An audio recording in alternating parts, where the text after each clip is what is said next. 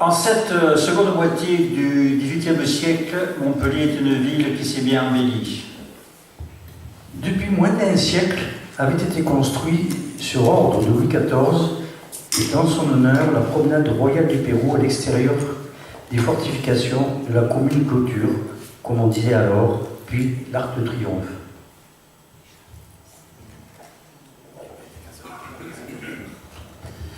On aménage la place de la Comédie en 1755. La fontaine surmontée de la sculpture des Trois Grâces est installée sur la Comédie à la fin des années 1790. Pour alimenter la ville et ses jardins, un aqueduc, les Arceaux, achemine l'eau depuis Saint-Clément-de-Rivière. Élaboré au milieu du XVIIIe siècle par les ingénieurs Clapier et Henri Pitot, inauguré et mis en service en 1765, il aboutit au superbe château d'eau qui domine l'esplanade du Pérou. Montpellier est le siège des États du Languedoc. La ville a une cour, des comptes, aide des finances, une chambre du trésorier de la bourse, un évêché, une grande université.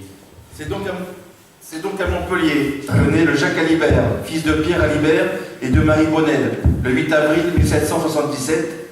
C'est un mardi, le jour du dieu Mars. À la naissance de Jacques Alibert.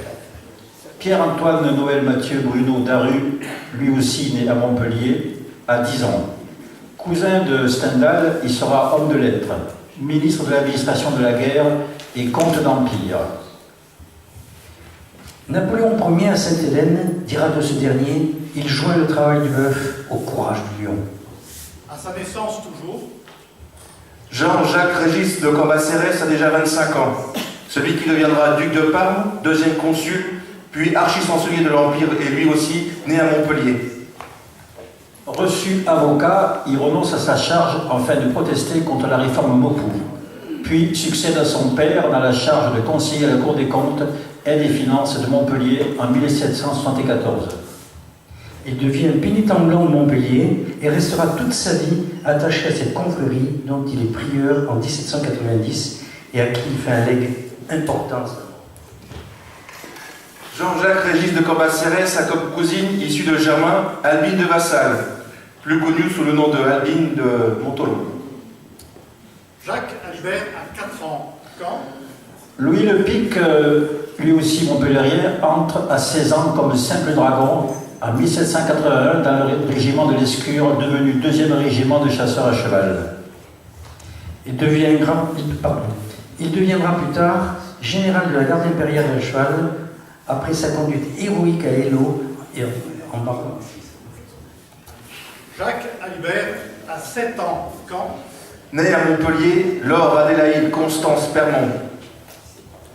Sa mère avait pour amie d'enfance une certaine Laetitia Ramolino.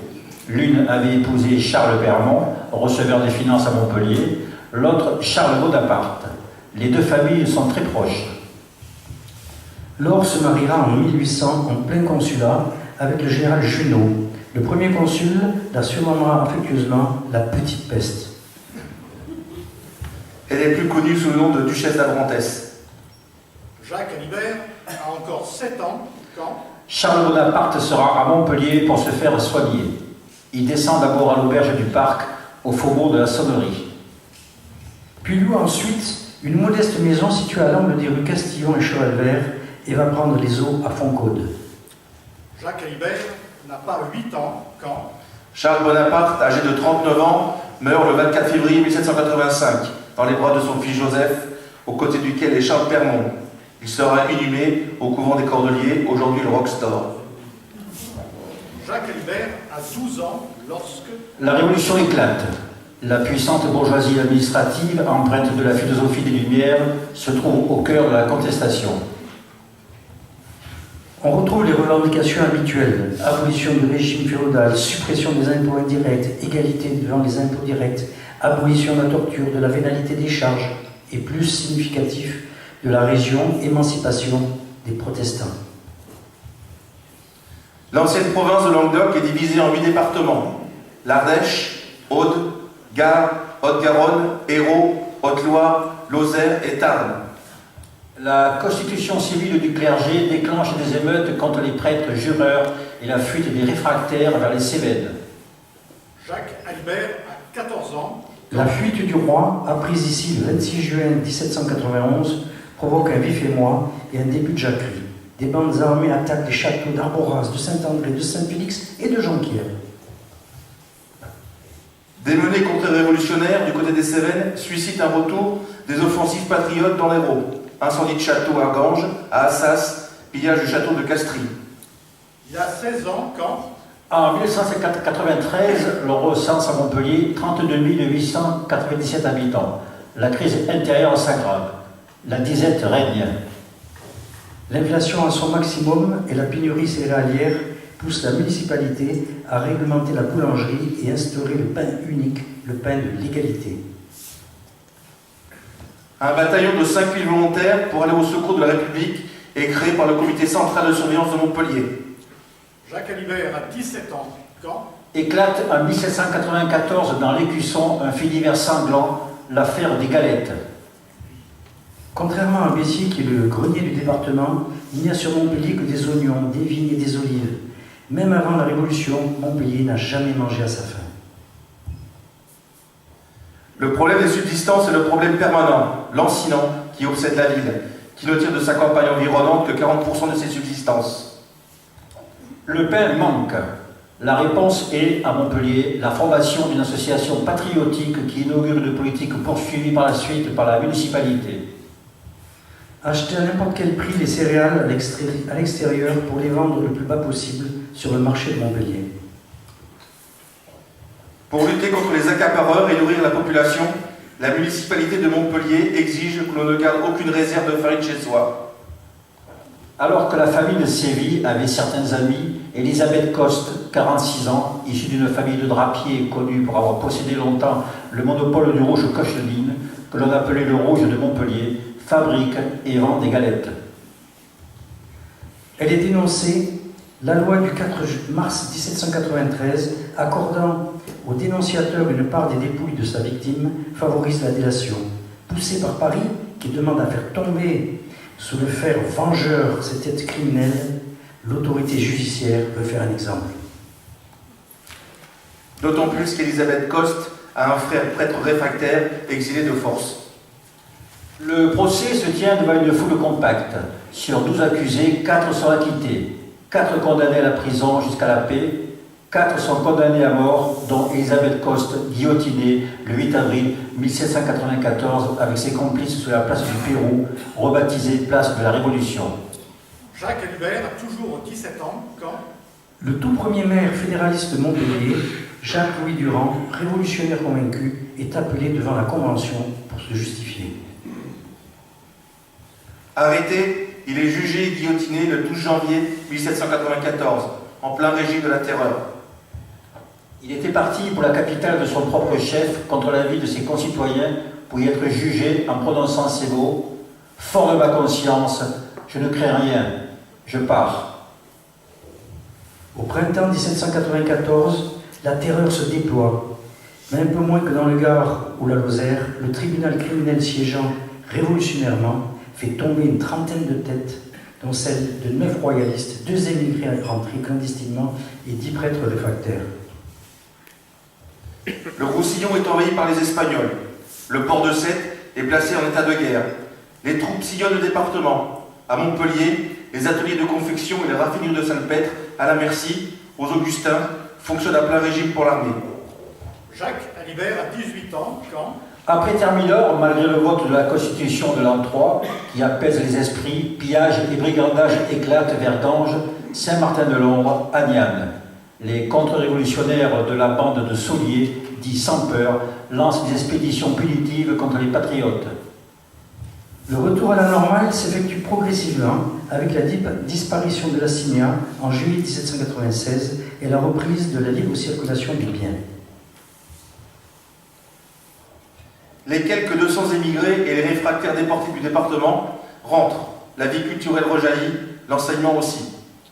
Jacques Alibert a 19 ans, quand Toujours devant les difficultés de ravitaillement, en février 1796 éclate au faubourg Boutonnet une émeute au cri de « Vive Marat, le pain à 5 sous ». La livre de pain coûte alors 22 francs sur le marché. Elle revient à 40 francs de la municipalité et au marché noir, elle se paye 60 francs.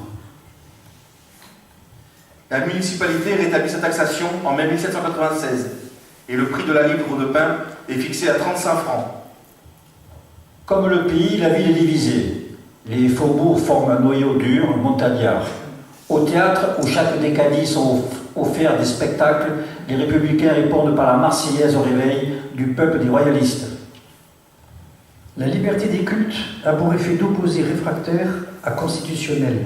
Dans la campagne, des bandes royalistes pillent les biens des acquéreurs de biens nationaux et scient les arbres de la liberté. Jacques Alibert a 21 ans quand, En avril 1799, Montpellier apprend le massacre des plénipotentiaires français à Rastatt par des hussards autrichiens. Parmi eux figure Bonidalco, très apprécié dans la ville.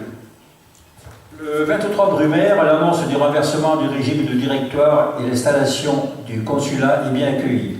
Le premier consul est un certain Napoléon Bonaparte. Un placard apposé sur les murs de la ville exprime l'opinion générale. La France veut recueillir le fruit de 10 années de sacrifice. Jacques Alibert a 23 ans quand, Arrive le jour du conseil de recrutement, présidé par le préfet, en présence du maire de la commune et d'un officier de santé. Chaque conscrit passe d'abord sous la toise. Il doit mesurer au moins 1,59 m. Au début du 19e siècle, la taille moyenne est de 1,62 m. Rappelons que l'empereur, en 1815, mesurait 1,69 m. Jacques Alibert, lui, mesure 1,76 m. Il est déclaré bon pour la taille et à l'examen physique, jugé capable de soutenir les fatigues de la guerre. On arrive maintenant au tirage au sort.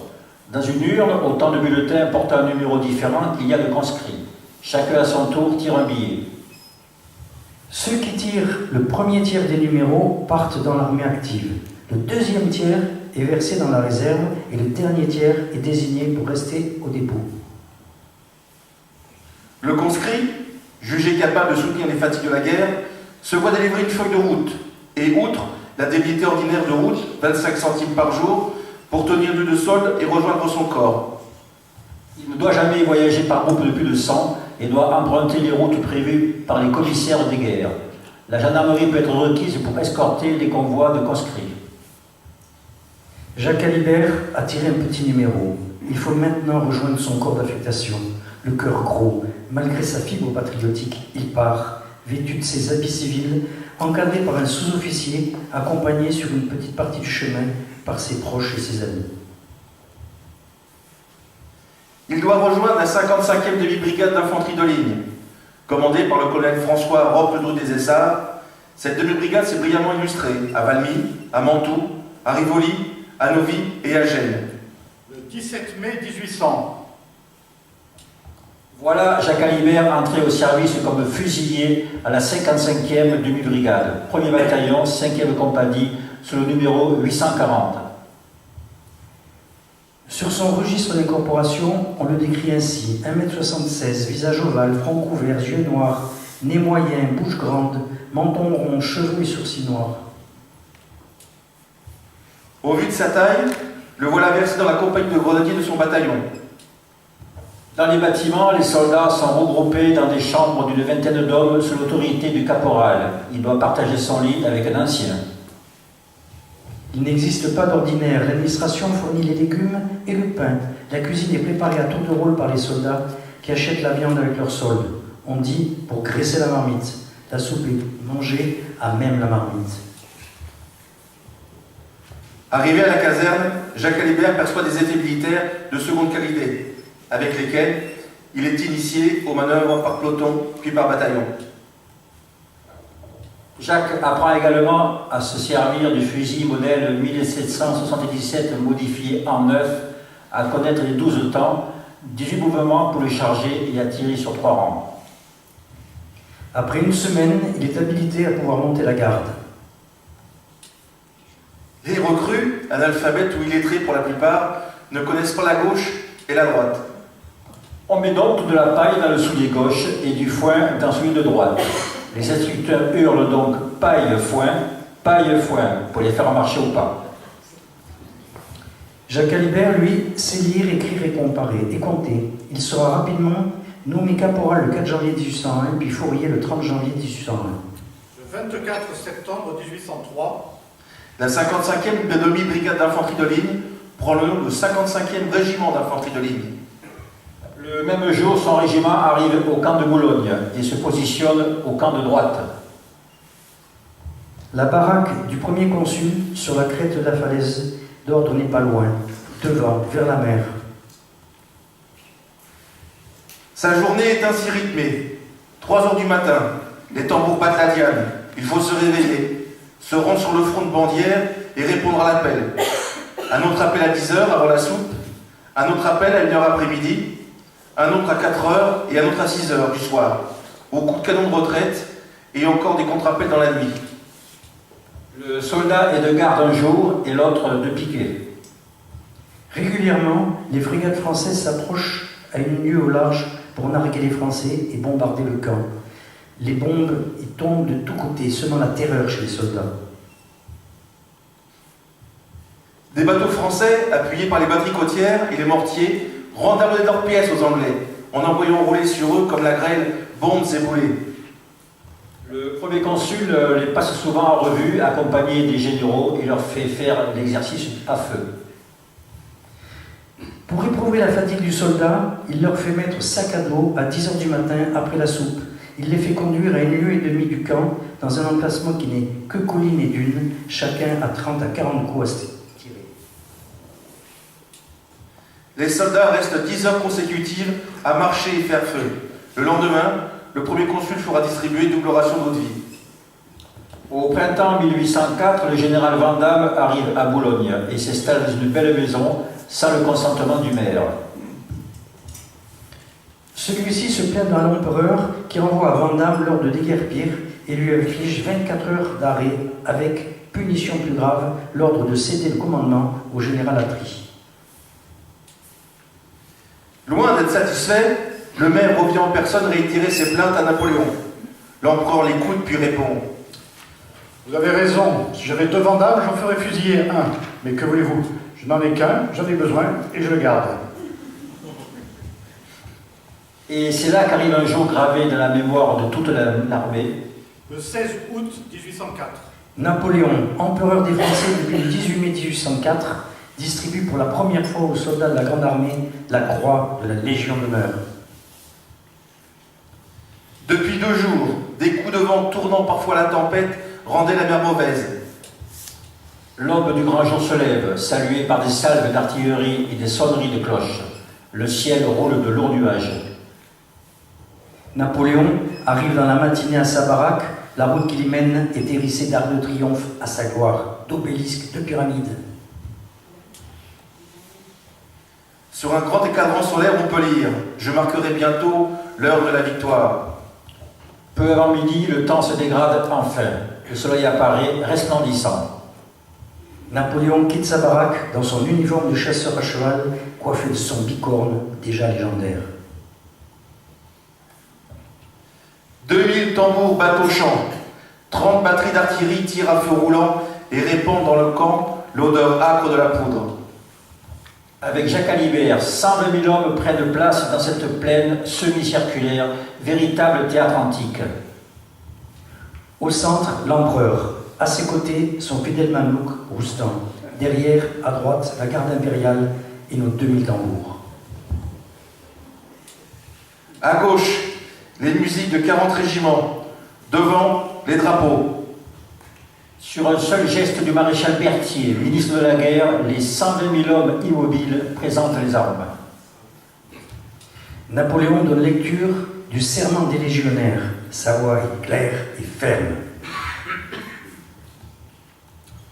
Commandant, officiers, légionnaires, citoyens et soldats, vous jurez sur votre honneur de vous dévouer au service de l'Empire et à la conservation de son territoire dans son intégralité, à la défense de l'empereur, des lois de la République et des propriétés qu'elles ont consacrées, de combattre par tous les moyens que la justice, la raison et les lois autorisent toute entreprise qui tendrait à rétablir le régime féodal. Enfin, vous jurez de conquérir de tout votre pouvoir au maintien de la liberté et de l'égalité, base première de nos constitutions. Vous le jurez? Une immense rumeur rauque déferle et se propage de régiment en régiment. 120 000 hommes, dans un élan indescriptible d'enthousiasme, lancent ce cri de fidélité. Nous le jurons!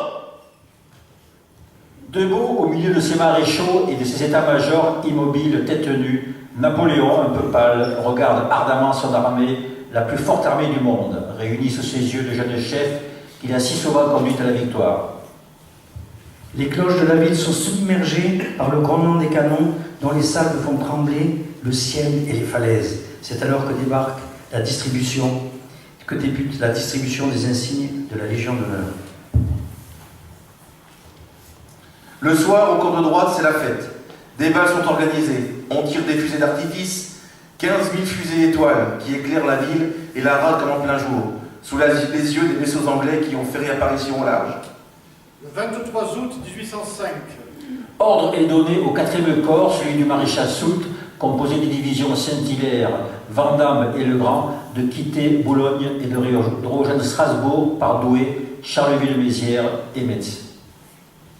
Charles Hébert et son régiment parcourent en 29 jours la distance entre Boulogne et le Rhin. Ils pénètrent sur les territoires de l'électeur de Bade, où les populations allemandes les accueillent plutôt chaleureusement.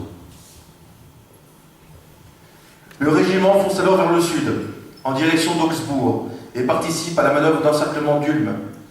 Tout le 4e corps de Soult rentre dans Augsbourg sans difficulté.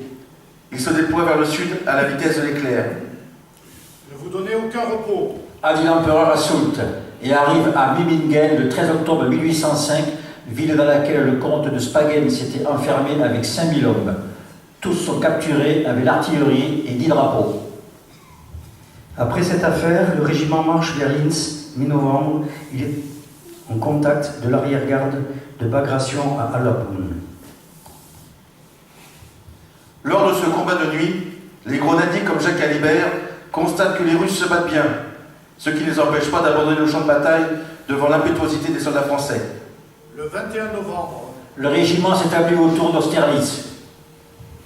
Les 1658 hommes du 55e de ligne du colonel Ledru des Essarts font partie de la 3e brigade de la division Sainte-Hélène, celle du général de brigade Varé, composée du 43e et du 55e de ligne. Pendant toute la bataille, ces hommes seront rattachés à la division Vandamme. Il est 9h30, ce 2 décembre 1805. Napoléon tempère Soult avant de lui donner l'ordre de couronner les sommets du plateau de Pratzen. Le 10e légère, formant la 1re brigade, avance. À 700 ou 800 mètres du sommet, il est arrêté sur la crête par l'ennemi. La brigade Thiébaut suit à 300 mètres de distance. Celle du général Varé, et plus loin encore, est tenue en réserve. La brigade de Thiébaut fonce et prend le village de Pratzen. Il est 10h30. La brigade Varé contourne par l'ouest le village de Praten et se jette sur le flanc gauche des Russes de Milarodovitch et d'une partie des troupes autrichiennes de Bielorad, que Vandamme aborde le front au même instant. À leur gauche, les Austro-Russes se sont rapprochés jusqu'à 30 pas des Français, précédés de 2 officiers qui crient « Ne tirez pas, nous sommes bavarois !» Lorsque la supercherie est découverte, la position des Français est précaire. Saint-Hilaire, après consultation des généraux Morand et Thiébaut, décide. À d'avant et pas de prisonniers. L'ennemi est culbuté, les uns dans la vallée de Goldbach, les autres de l'autre côté du plateau. À midi. Sur Pratzen, ils sont 6000 Français à combattre 6000 Russes et 5000 Autrichiens que Langeron tente de coordonner. Malgré l'infériorité numérique, bientôt, le plateau de Pratzen est définitivement aux mains du maréchal Soult. La brigade Varé est envoyée vers le sud-ouest du plateau. Amenés par l'énergique colonel Ledru des Essarts, les soldats du 55e réussissent à tenir tête à une charge des cuirassiers de la garde impériale de Russie. Puis à la baïonnette, à la fourchette comme on disait alors, ils s'emparent d'une première batterie russe de 6 pièces et neutralisent une seconde batterie russe de 8 pièces. Enfin, ils refoulent les Austro-Russes de Kolovrat vers Krenovitz et étriquent 2 bataillons de Kursk avant de descendre sur Sokolnitz. Le maréchal Soult viendra faire au colonel Ledru des Essarts les compliments les plus flatteurs. Il est 2 heures de l'après-midi. Solkonitz est toujours aux mains des Alliés. Langeron, le seul lucide de ses chefs, y retrouve Bruxoden et lui annonce que les Français lui les prennent à revers. Il l'engage à se replier. Bruxoden et ivre, on connaît leur célèbre échange. Bruxoden. Mon cher ami, vous voyez des ennemis partout. Langeron, vous, monsieur le comte, vous n'êtes plus en état d'en voir nulle part. Sur Pratzen, Saint-Hilaire, le bras cassé en 3 endroits, retenu en écharpe. Et Vandamme, couvert de son sang, se concerte. Il regarde leurs soldats. Bonne tête, bon moral, mais une fatigue bien compréhensible. Certains sont assis dans la boue. Ils n'ont rien mangé depuis 5 heures du matin, leurs gibernes sont à moitié vides. Mais ils savent que pour ceux d'en face, c'est encore pire. Pendant que les hommes de Saint-Hilaire partent vers l'ouest, enlever le château de Solkonitz, Vandamme et le 55e foncent plein sud vers le village de Lojar. Il est 4 heures de l'après-midi. Le jour baisse, il fait froid. Une pluie mêlée de neige tombe sur les soldats fourbus. Les Russes, acculés, tentent de fuir en désordre vers les étangs gelés.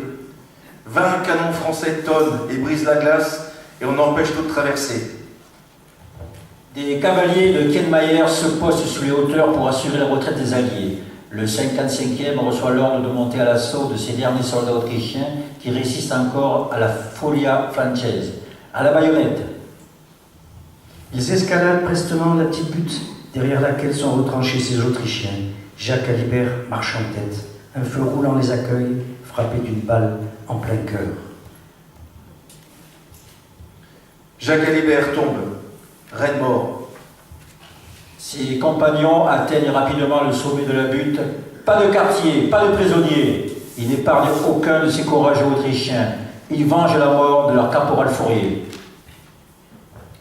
La nuit est tombée. De ci, de là, quelques coups de feu épartent. La bataille d'Austerlitz est gagnée. Elle aura coûté la vie de 1600 Français.